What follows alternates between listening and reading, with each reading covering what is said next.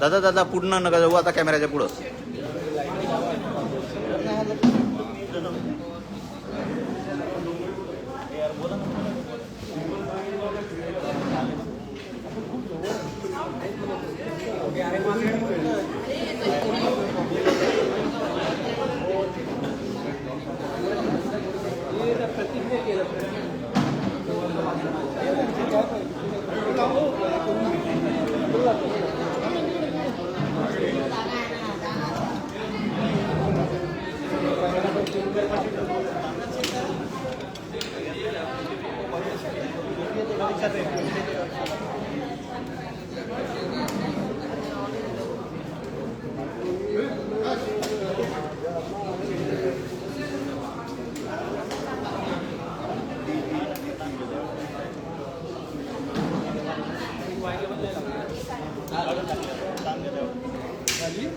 आपल्याला आहे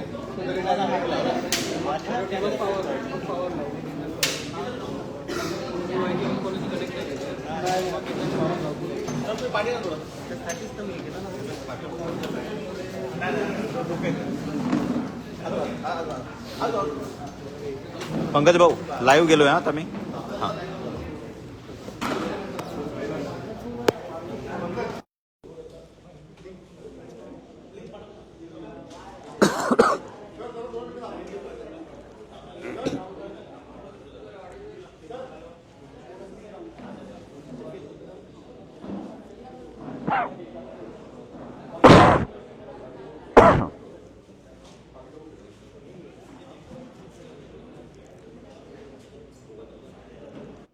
झालं का?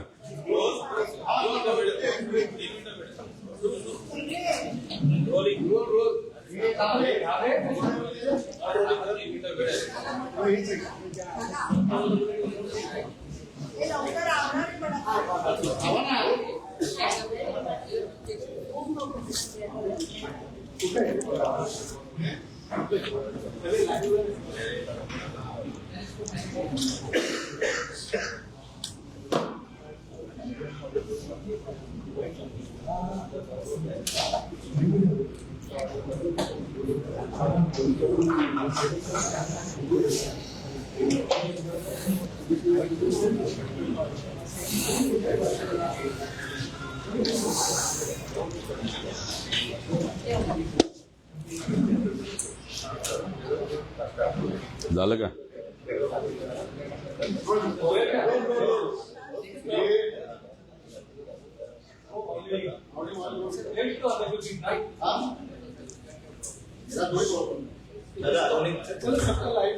करतो. आज मी आपल्या सर्वांना MHCET याच्यामध्ये कशा पद्धतीने भ्रष्टाचार होतो हे तुम्हा सर्वांना मी सांगणार आहे. खरं तर सामान्य परिवारातून जो कोणी व्यक्ती असतो तो आपल्या मुला-मुलींना प्रामाणिकपणे शिकवतो. त्यांना राजकारणाशी काही घेणं देणं नसतं. त्यांचं फक्त स्वप्न असतं की आपली मुलं शिकावीत, आईवडिलांचं स्वप्न पूर्ण करावं, एक चांगलं घर असावं, चांगली गाडी असावी आणि सुखसुविधा असाव्या, चांगलं आरोग्य आणि ज्या काही छोट्या मोठ्या आयुष्यामध्ये गोष्टी आपल्याला पाहिजे असतात त्या आपल्याला तिथे मिळाव्यात.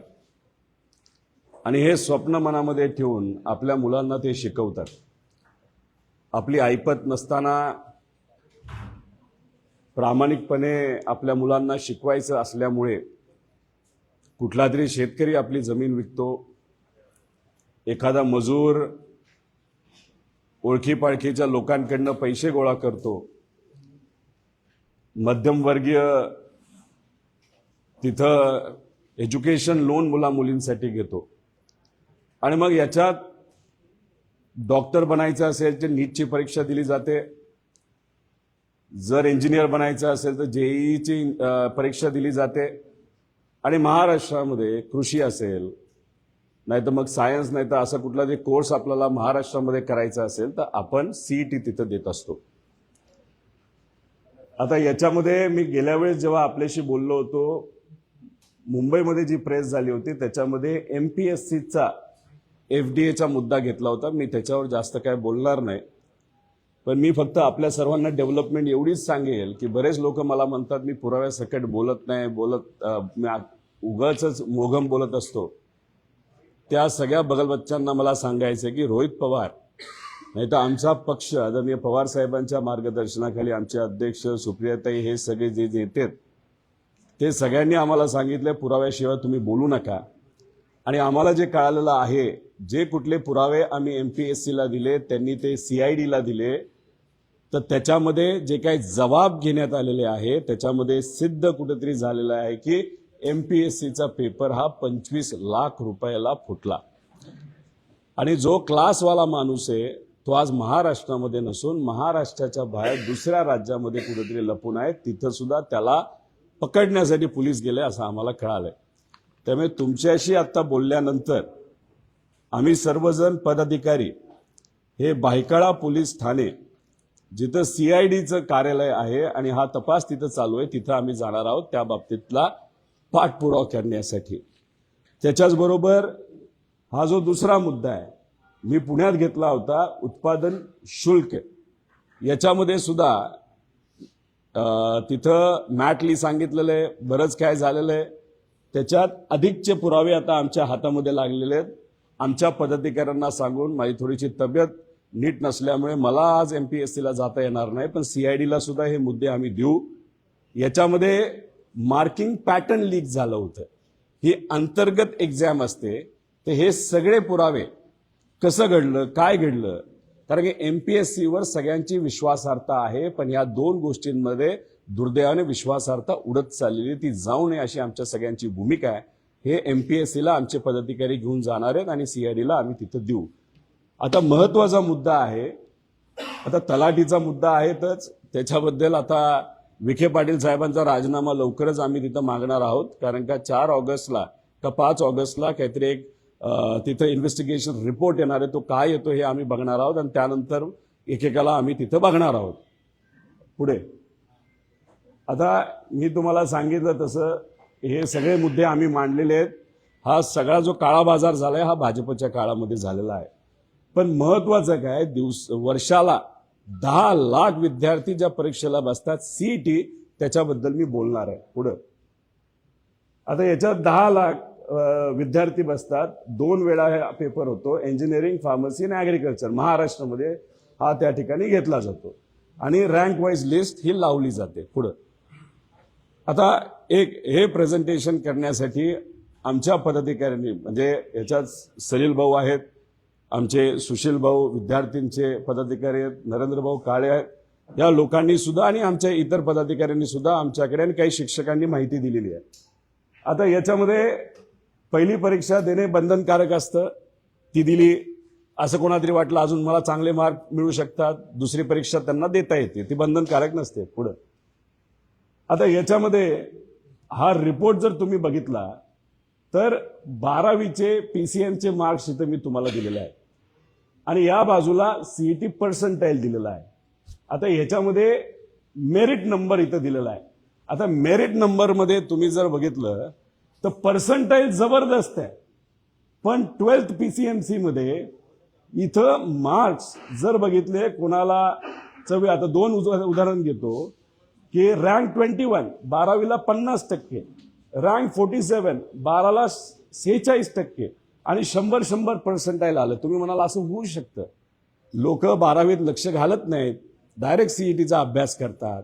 पण CETचा जो सिलेबस असतो तो कशावर असतो तर 11वी 12वीच्या अभ्यासक्रमावर तो CETचा अभ्यासक्रम असतो, नाही तर पेपर त्याच्यावर घेतला जातो.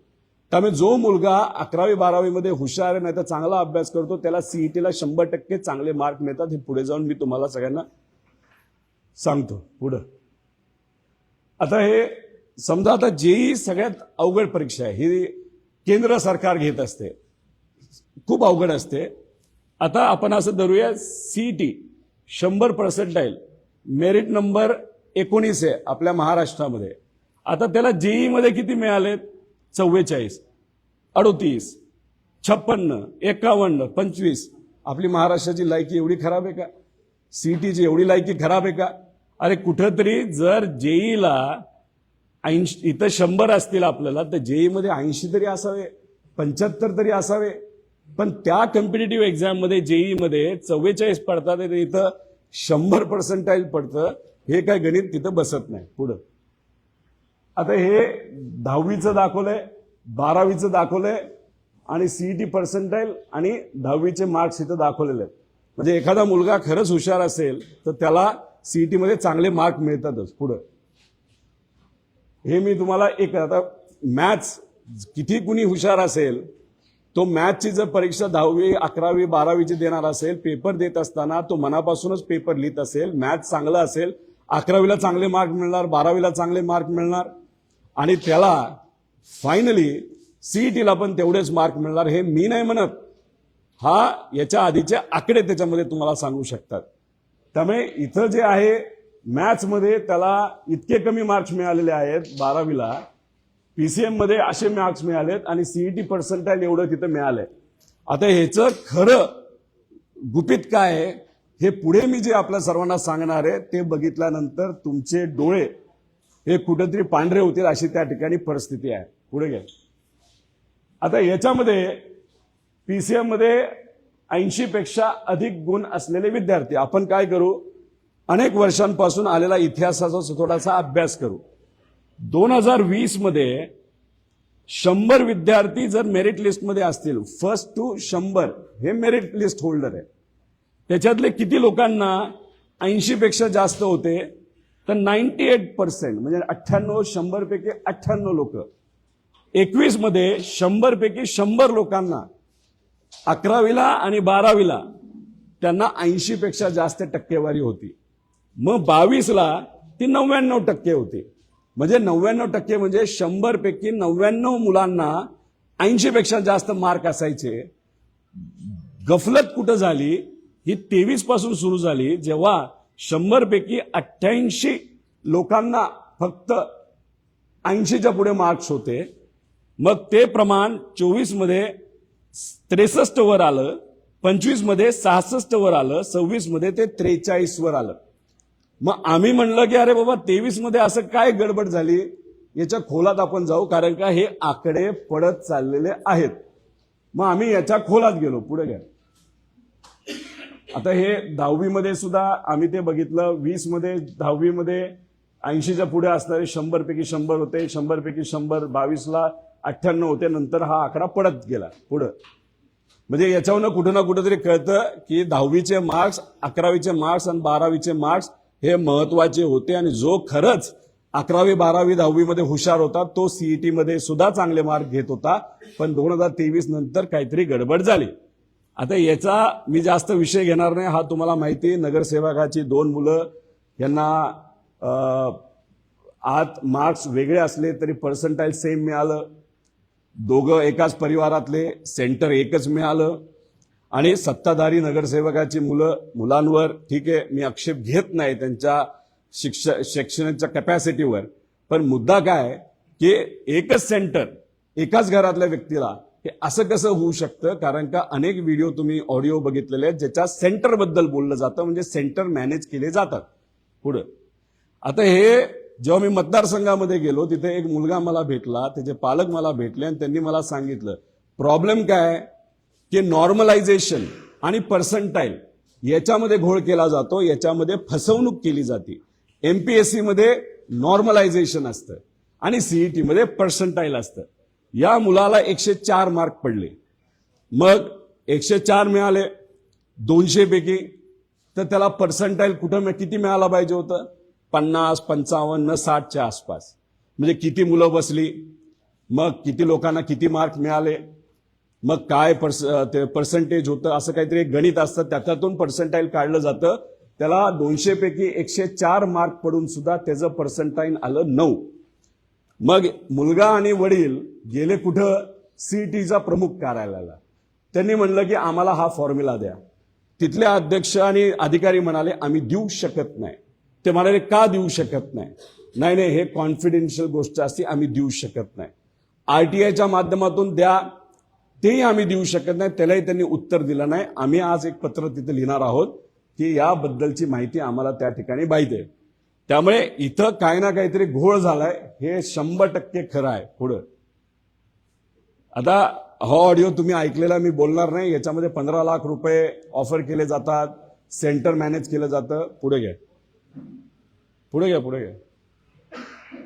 आता हे बघा, इथं सुरू होतो पैशाचा खेळ.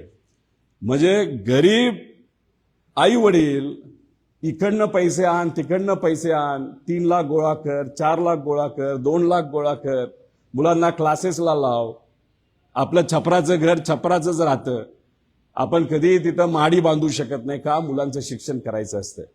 मोटरसायकलवर प्रवास करत असतील तर गाडी घ्यायचं स्वप्न आई वडिलांचं असताना सुद्धा मुलांना शिकवण्यासाठी आई वडील गाडी घेत नाहीत, पण मुलांना शिकवतात का? जे आपल्याला जमलं नाही, कदाचित आपल्या मुला मुलीकडनं त्या गोष्टी होऊ शकतील जर डॉक्टर इंजिनियर झाल्यानंतर. पण मग घोळ कुठं होतो बघा, पैशाचा घोळ नेते आणि अधिकारी करतात आणि तिथं तो घोळ झाल्यामुळे सामान्य लोकांच्या मुलांच्या आयुष्यामध्ये तिथं गोंधळ निर्माण होतो. आता 2021ला तिथं जेव्हा टेंडर झालं होतं, एडुस्पार्क या कंपनीला ते टेंडर मिळालं होतं. त्याच्यात लोएस्ट कोण होतं? तर लोएस्ट होतं TCS. 3दा टेंडर झालं, 3दा TCS हे लोएस्ट होतं, 3दा ते कॅन्सल केलं आणि कसं तरी एड्युस्पार्कला त्या ठिकाणी ते काम देण्यात आलं. मग एड्युस्पार्कली काय केलं? तर एड्युस्पार्कली ते काम दुसऱ्या एका कंपनीला दिलं. ती कुठली कंपनी? ती आहे मेरिट ट्रॅक कंपनी. आता मेरिट ट्रॅक कंपनीचं रेप्युटेशन काय हे थोडंसं बघा. जम्मू काश्मीरमध्ये मेरिट ट्रॅकला हे ब्लॅकलिस्ट केलं गेलं का? कारण का त्यांनी परीक्षेमध्ये घोळ केला. बरं, आता हे ब्युरो ऑफ इंडियन स्टँडर्ड्सनी सुद्धा त्या मेरिट ट्रॅकला ब्लॅकलिस्ट त्या ठिकाणी केलेलं. हे पत्र मी तुम्हाला तिथं लावलेलं आहे, पुरावे आमच्याकडे आहेत. त्याच्याच बरोबर आपण जर बघितलं तर 2023ला टेंडर हे एडुस्पार्कलाच मिळालं. आता तिथे येण्याऐवजी इथं मी सांगतो, आता 500 रुपयाचं टेंडर एडुस्पार्कला मिळालं. एडुस्पार्कली ते मेरिट ट्रॅकला दिलं. आता 500 रुपयाचं टेंडर एडुस्पार्कला मिळालं असेल तर मेरिट ट्रॅकला कदाचित ते 300ला दिलं असेल. त्यामुळे डायरेक्ट प्रॉफिट 200चा एडुस्पार्कला काय न करता त्या ठिकाणी काम मिळालं. आणि मग आता 2023ला आपण जर बघितलं तर परत एकदा एडुस्पार्क या कंपनीला हे काम त्या ठिकाणी मिळालेलं आहे. पण हे एडुस्पार्क नावाची जी कंपनी ना, फार हुशार कंपनी आहे. वेब्युअर नावाचा ग्रुप आहे, पुढे कधीच येत नाहीत. पण किती मोठी कंपनी आहे आणि कशा पद्धतीने हे झोल या महाराष्ट्रामध्ये शिक्षण व्यवस्थेमध्ये, रिक्रुटमेंटमध्ये आणि या देशामध्ये करतात हे मी तुम्हाला दाखवून देतो. पुढे घ्या. आता हे बघा, सीईटी सेलद्वारे ठराविक कंपनीला देण्यात आलेले निविदेची हे मी तुम्हाला सगळी त्या ठिकाणी नावं दिले. इंडू एज्युकेशन ही नावं सगळी त्या ठिकाणी आहेत. आता याच्यामध्ये 21 ते 25 पर्यंत या कंपनीला 384 कोटी रुपयाची कामं त्या ठिकाणी दिली आणि LTC प्रकल्पासाठी 225 कोटी 680 कोटी रुपयाची कामं दिली गेली. पुढे आता हे बघा, हे तुम्हाला येल्लो जे दिसत आहेत ना, ही कंपन्या वेगळ्या आहेत पण ह्या एकाच मालकाच्या कंपन्या आहेत. आणि जे ग्रीन टिक दिसते त्या ग्रीन टिक कंपनीला त्या ठिकाणी काम मिळालं. आता सामाजिक न्याय विभाग स्किल ट्रीला काम मिळालं. आता उच्च तांत्रिक शिक्षण विभाग तिथं एडुस्पार्कला काम मिळालं. शालेय शिक्षण इंदसला मिळालं. त्यानंतर शालेय शिक्षण व क्रीडा हे तिथं मिनिटेकला मिळालं. आता हे मी तुम्हाला सांगतो की हे आहे टेंडरमध्ये झोल करायची एक चेन असते आणि त्या चेनमध्ये एडुस्पार्क जी कंपनी आहे त्याचा जो मूळ मालक आहे त्याच्याच या सगळ्या कंपन्या आहेत. त्यांच्याच कंपन्या या प्रत्येक टेंडरमध्ये भाग घेतात. त्या टेंडरमध्ये भाग घेऊन त्यांच्याच एखाद्या कुठल्या तरी कंपनीला काम मिळतं म्हणजे मिळतंच. हे रोहित पवार म्हणतो असं तुम्हाला वाटत असेल तर साफ चुकीचं आहे. कोण बोलतं हे जर तुम्हाला बघायचं असेल तर पुढची स्लाइड हे तुम्हाला सर्वांना बघणं फार महत्वाचं आहे. हे कोण म्हणतंय तर हे म्हणतंय बिहार सरकार. बिहार सरकारने उदाहरण दिलं की एडुस्पार्क सारख्या कंपन्या जाळं कसं निर्माण करतात, एखाद्या टेंडरमध्ये कार्टलिंग कसं करतात. हे जर तुम्हाला बघायचं असेल तर महाराष्ट्रामध्ये ज्या पद्धतीने काम एडुस्पार्क आणि त्यांच्या मित्र कंपन्याला दिली जातात याचा अभ्यास करावा. हे रोहित पवारला नाही सांगितलं, हे सांगितलं पंतप्रधानांच्या कार्यालयाला. म्हणजे पीएम साहेबांच्या कार्यालयाला बिहारच्या सरकारने त्यांनी केलेला तपास हा तिथं पाठवण्यात आला. त्याच्यामध्ये महाराष्ट्राचा खूप चांगला रेफरन्स दिला गेला नाही की महाराष्ट्रामध्ये शिक्षण क्षेत्रामध्ये उत्कृष्ट असं काम चालू आहे आणि ते आम्हाला त्या ठिकाणी कॉपी करायचे असं न सांगता सांगण्यात आलं, ते सुद्धा बिहार सारख्या राज्याने, की महाराष्ट्रामध्ये मोठ्या प्रमाणात भ्रष्टाचार त्या ठिकाणी चालू आहे आणि अशी गोष्ट होऊ नये याची दक्षता ही केंद्र सरकारने त्या ठिकाणी घ्यावी. आणि त्याची कॉपी महाराष्ट्र सरकारला दिली गेली होती का? तर हो, ती कॉपी दिली गेली होती आणि ती देऊन सुद्धा या एडुस्पार्क आणि त्यांच्या मित्र कंपन्याला तिथं कामं ही सहजपणे तिथं दिली गेली का? नेत्यांना आणि अधिकाऱ्यांना करोडोमध्ये त्या ठिकाणी पैसा ही स्पार्क नावाची जी कंपनी आहे आणि त्यांच्या ज्या स्वतःच्या चेनमध्ये असणाऱ्या कंपन्या आहेत ते त्या ठिकाणी देतात. ह्याचे सगळे पुरावे मी माझ्या सोशल मीडियावर टाकणार आहे, बिहारचा रिपोर्ट तिथं टाकणार आहे. त्यामुळे आम्ही जेव्हा बोलतो आम्ही हवेत बोलत नाही, ती आमची संस्कृती नाही. आम्ही जेव्हा बोलतो तेव्हा पुराव्या सकटच बोलतो. त्यामुळे सीईटी मध्ये जो घोळ झालेला आहे तो 100% झालेला आहे.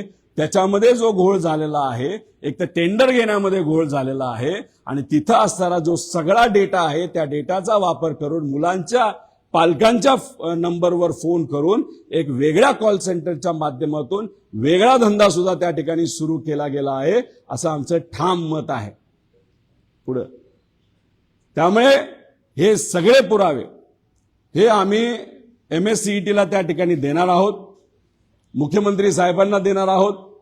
बिहार सरकारने त्यांच्या इन्व्हेस्टिगेशनच्या माध्यमातून हे प्रधानमंत्री साहेबांना दिलंच आहे, तर त्यांना सुद्धा आम्ही ईमेल पाठवणारच आहोत.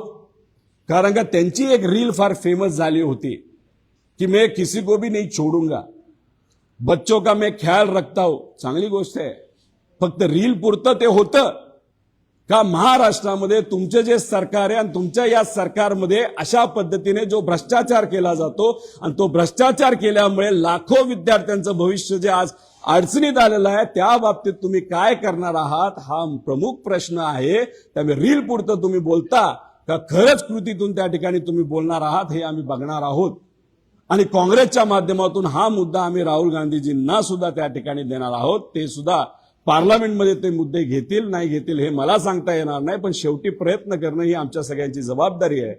आणि पुढच्या काही दिवसांमध्ये MPSCचा मुद्दा, त्याच्याचबरोबर CETचा हा मुद्दा आणि शिक्षणाचे इतर मुद्दे ज्याच्यामध्ये मोठ्या प्रमाणात भ्रष्टाचार केला जातो, पेपर फुटले जातात, या सगळ्यांसाठी आम्ही एक खूप मोठं आंदोलन नाही तर मोर्चा हे पुण्यामध्ये त्या ठिकाणी घेणार आहोत. त्यामुळे काही विद्यार्थी संघटनेशी आमचं बोलणं झालेलं आहे. आमच्या अध्यक्षांशी सुद्धा चर्चा झाल्यानंतर शशिकांत शिंदे साहेबांनी आम्हाला सांगितलेलं आहे विद्यार्थ्यांचा कुठलाही मुद्दा असला तरी त्यामध्ये आपला पक्ष हा 100% त्या ठिकाणी उतरणार म्हणजे उतरणार. त्यामुळे आमचा पक्ष राजकीय हितातून नाही पण फक्त सामाजिक विचारातून त्या मोठ्या मोर्चामध्ये उपस्थित राहणार, सहभाग घेणार, पाठिंबा देणार. त्याच्याचबरोबर काँग्रेसला आम्ही विनंती करू, उद्धव ठाकरे साहेबांच्या पक्षाला आम्ही विनंती करू, इतरही बाकी मित्र पक्षाला, जानकर साहेबांचा पक्ष आहे, भाई जयंत पाटील साहेबांचा पक्ष आहे, इतरही पक्षांना विनंती करू. आणि जे काही सामाजिक कार्यकर्ते आहेत जे स्वतःच्या आउटफिटच्या माध्यमातून सामाजिक दृष्टिकोनातून युवांच्या बाबतीत लढतात, ज्याच्यामध्ये अभिजित भाऊ दिपके आहेत, त्यांनाही आम्ही त्या ठिकाणी विनंती करू. कारण का हा लढा का एका पक्षाचा नाही, हा लढा सगळ्यांचा आहे. कारण का दुर्दैव असं की दरवर्षी 10 लाख विद्यार्थी याच्यासाठी बसतात आणि याच्यामध्ये जर भ्रष्टाचार होत असेल तो आम्ही कधीही खपून घेणार नाही. आणि प्रमुख मागणी जी आमची आहे, जी MPSC मध्ये सुद्धा आहे, आम्हाला ऑनलाईन परीक्षा नको. आमच्या CETच्या परीक्षा हे 7 वर्षापूर्वीपर्यंत ह्या ऑफलाईन OMRच्या माध्यमातून घेतल्या जात होत्या. शिक्षकांचं तेच मत आहे, विद्यार्थ्यांचं तेच मत आहे, पालकांचं ते मत आहे. जेव्हा ऑफलाईन होतं तेव्हा कुठलाच पेपर त्या ठिकाणी फुटत नव्हता, भ्रष्टाचार होत नव्हता, पर्सेंटाईल मनाला वाटेल तसं वाढवलं जात नव्हतं. ऑनलाईन गेल्यापासूनच याच्यात भ्रष्टाचार सुरू झालाय आणि याच्यात त्या ठिकाणी काळबेरं सुरू झालेलं आहे. त्यामुळे आमची ही मागणी असणार आहे आणि ती मागणी आम्ही जे MSCETचे प्रमुख आहेत त्यांना सुद्धा त्या ठिकाणी करू. आणि जर या सगळ्या मागण्या मान्य नाही झाल्या तर मग मोर्चा काढल्याशिवाय आमच्याकडे दुसरा कुठलाही पर्याय त्या ठिकाणी नाही. त्यामुळे गरिबांचं, सामान्य लोकांचं भवितव्य हे नीट राहावं आणि त्यांच्या मुलामुलींना चांगली संधी मिळावी. आणि पैसा असेल तरच तुमच्या मुलाला चांगलं पर्सेंटाईल मिळेल. पैसा असेल, तो जर तुम्ही खर्चायला तयार असेल तरच तुमचा मुलगा नाही तर मुलगी अधिकारी होऊ शकेल. पैसा असेल तर नीटमध्ये चांगले मार्क मिळतील. पैसा असेल तर तुमचा मुलगा इंजिनियर बनू शकतो. हे जे काय आता नवीन गोष्ट सुरू झालेली आहे, फक्त नेत्यांच्या आणि अधिकाऱ्यांच्या घर भरायच्या कार्यक्रमातून, म्हणजे भ्रष्टाचाराच्या कार्यक्रमातून, हे आम्ही याच्या पुढे खपून घेणार नाही आणि लोकही या बाबतीत काही खपून घेणार नाही असा आम्हा सगळ्यांना त्याच्यामध्ये विश्वास आहे.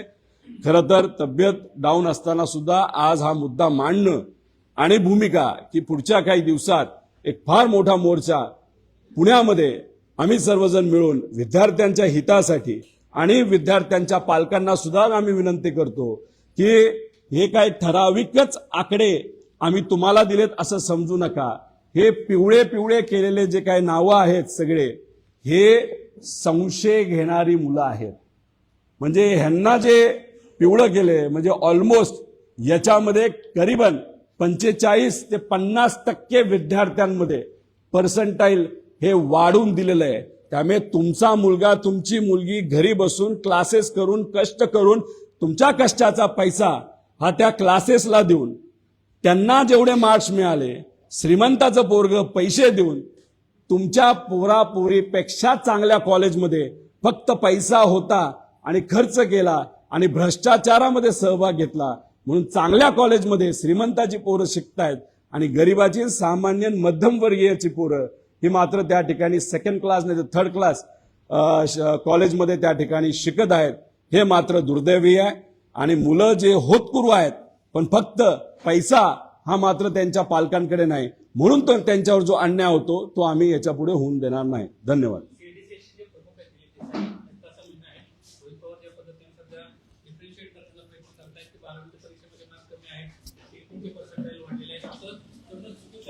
कारण 2 वेगवेगळ्या परीक्षा आहेत.